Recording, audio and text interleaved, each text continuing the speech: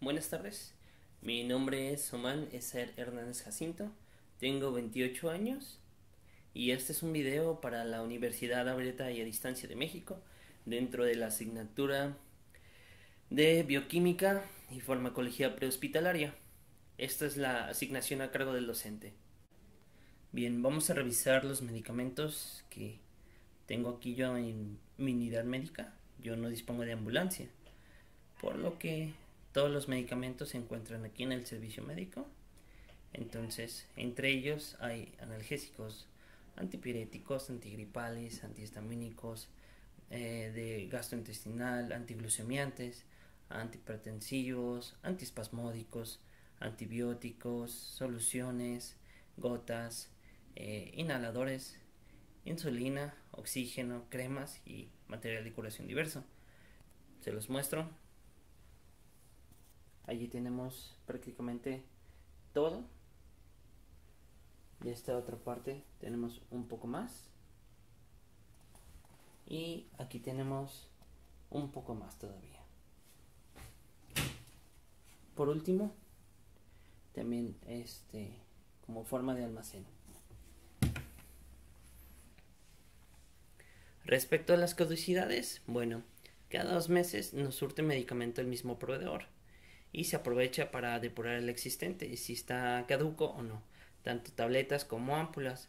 Así que cuando recibimos el nuevo medicamento, antes de almacenarlo, pues checamos las caducidades. Aquellos que estén dentro de caducidad por lo menos un año, año y medio, se mantienen, y aquellos que estén por caducar son los que salen primero.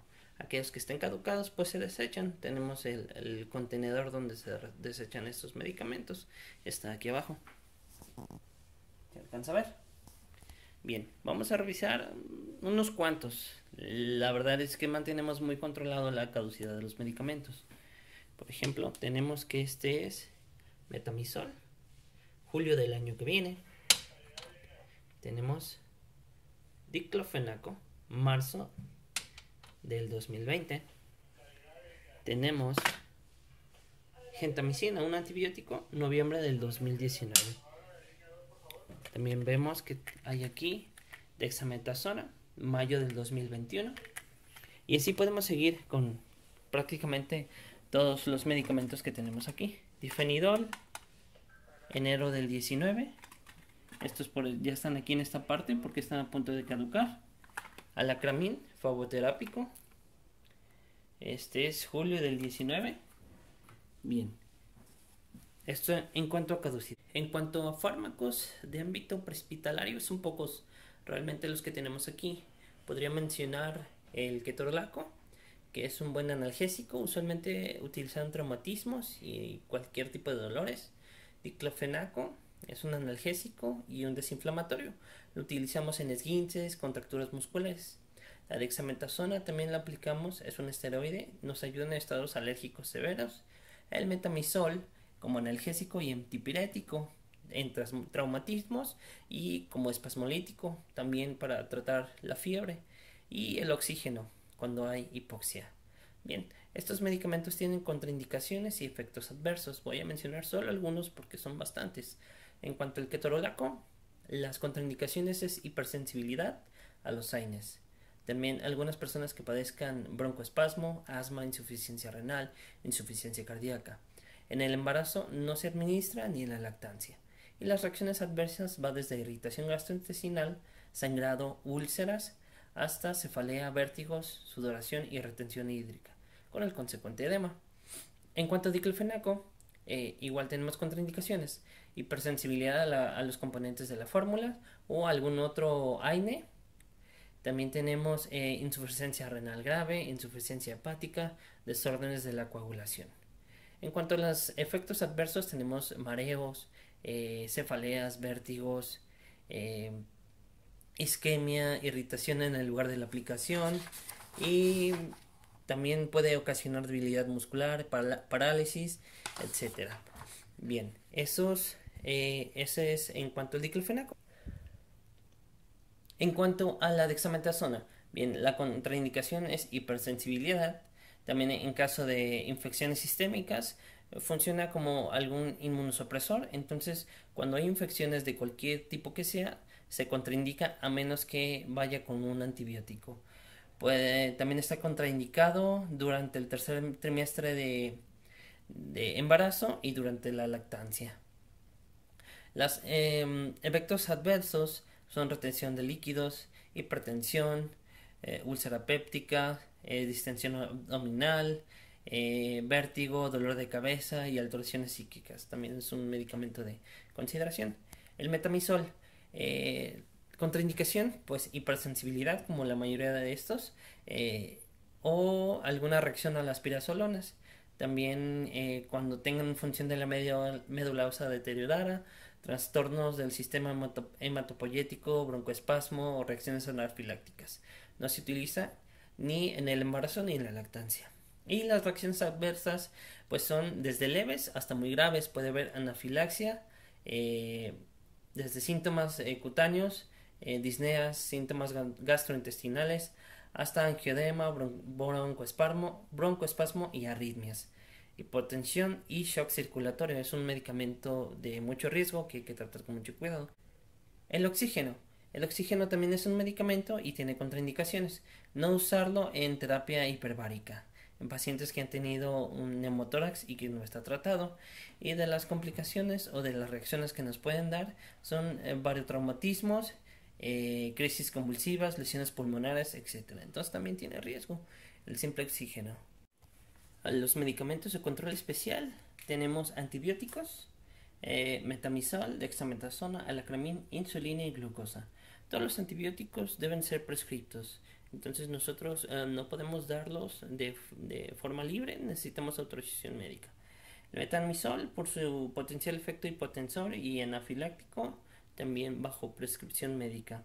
Dexametasona, con una potencia antiinflamatoria, pero también produce una respuesta inmunitaria baja, así que únicamente bajo criterio médico. El alacramín, utilizado en el alacranismo, también bajo el consenso médico, se hace una evaluación del paciente y se decide si se aplica o no. La insulina, que es una hormona sintética, pues también se debe de hacer una evaluación completa, así como la toma de la glucosa para determinar si es viable administrar una dosis de insulina y cuántas unidades. Esto lo determina el médico. Y por último, la glucosa al 50%. También es un medicamento y está indicada en el tratamiento del colapso circulatorio e hipoglucemia. Como paramédicos, en ocasiones debemos, por la urgencia, aplicar medicamentos bajo autorización médica, pero hay 6 lineamientos básicos para hacerlo.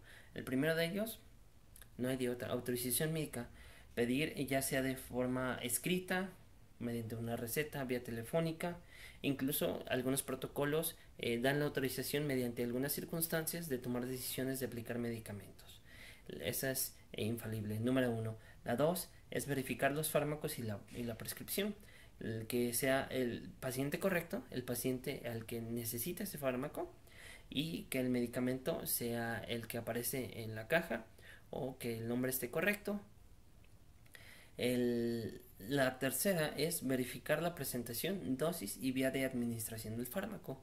La presentación que sea la correcta, la que sea indicada, que sea la vía correcta, intramuscular, intravenosa, que sea la dosis correcta y que sea a la hora correcta que se nos está indicando. El cuarto, debe de revisarse la fecha de caducidad y la condición del medicamento, que la caducidad lógicamente esté dentro de los términos estipulados y que la condición del medicamento sea óptima para su administración. La quinta, debemos de reevaluar después de aplicar el medicamento los signos vitales. Usualmente la TA y la frecuencia cardíaca son los más necesarios, pero en ocasiones también podemos utilizar la saturación de oxígeno y la frecuencia respiratoria. Y el número 6, anotar los efectos y la respuesta del paciente al medicamento, la hora que se administró, el nombre del paciente, el nombre del TUM o del TCU, la dosis que se administró y la vía que se utilizó. Y bien, habiendo revisado bioquímica y farmacología prehospitalaria, vamos a dar una pequeña conclusión. La bioquímica estudia las células vivas y sus interacciones, así que todos los seres vivos estamos constituidos de células, por lo tanto, es el estudio de la vida misma. Sin este conocimiento del TCU en urgencias médicas, no podría entender el proceso tan complicado de la vida microcelular ni macrocelular, porque aunque no lo parezca, toda alteración a nivel celular se traduce en cambios en aparatos y sistemas, ya sean buenos o malos. Por su lado, la farmacología estudia las interacciones de los medicamentos con las células, desde que ingresan al organismo hasta que se desechan. La parte más trascendente, o una de las más trascendentes, es en la acción farmacológica. El TSU en urgencias médicas en su profesión se verá en la necesidad de aplicar fármacos a los distintos grupos etarios. Por esta razón necesita comprender cómo se dan estos procesos para poder predecir los efectos, tanto los deseados como los adversos. Partiendo de estas premisas, son dos materias o dos temas bastante interesantes inherentes a la carrera del TUM.